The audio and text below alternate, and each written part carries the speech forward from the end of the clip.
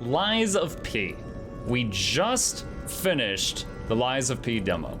Took us a few hours, but of course I'm terrible at games, so it took me many attempts on some of the bosses. For anyone who doesn't know what this is, maybe they're watching this later on YouTube, this is a Pinocchio themed, like, you remember there was like that Alice game, it was like a dark version of Alice in Wonderlands. This is dark version of Pinocchio in a world that's kind of like Dark Souls.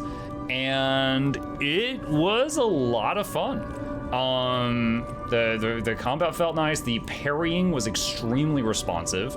The movement is fluid. It feels great to move around in. The dodging was really janky at first, but then we got this upgrade later on that allowed us to chain dodges together, and it made it feel much more normal compared to other Souls-like games and other games I've played with dodging recently.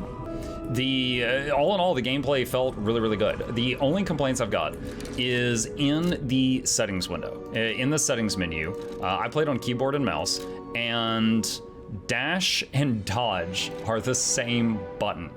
So like if you're sprinting and something swings at you and you want to dodge, you have to let go of sprint, wait a microsecond for the game to register that button's no longer being pressed down, and then tap the same key again.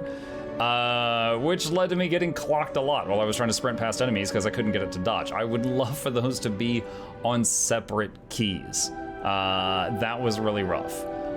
There was a lot of tooltips that were really vague, but you know, it's freaking Dark Souls. They always do that.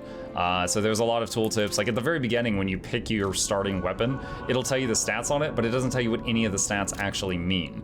So it's like, you know, this has +5 motivity, +4 technique, and you're like, what does that mean? And you kind of figure it out later on, but they don't really tell you at the beginning.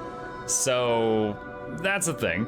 But you kind of, as you're leveling up, when you like hover over putting a point in something, you see what levels up and it makes more sense. And it's like, oh, okay, that's what it is. Other than that, you know, like vitality is health, vigor is stamina, capacity is carry capacity, motivity is just, it's basically strength. Technique and advance, I made an Unga Bunga character. These were something with like the equivalent of Dark Souls Dex builds. But if you know more about that, you can let me know.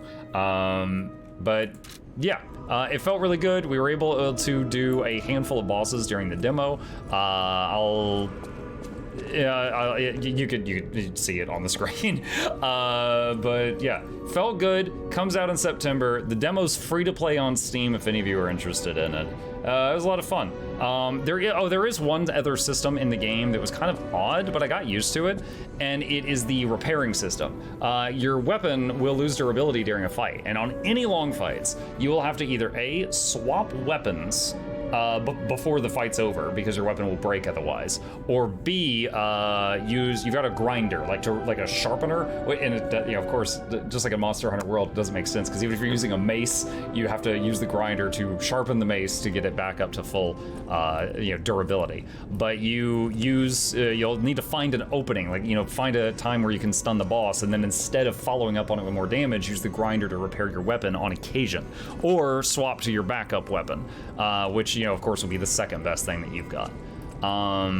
But yeah, the game is gorgeous, the sound is gorgeous, the gameplay felt good, other than those minor complaints I have about the controls. But yeah, it's typical Dark Souls stuff. It's got the bonfires. It's these lights. They're called stargazers.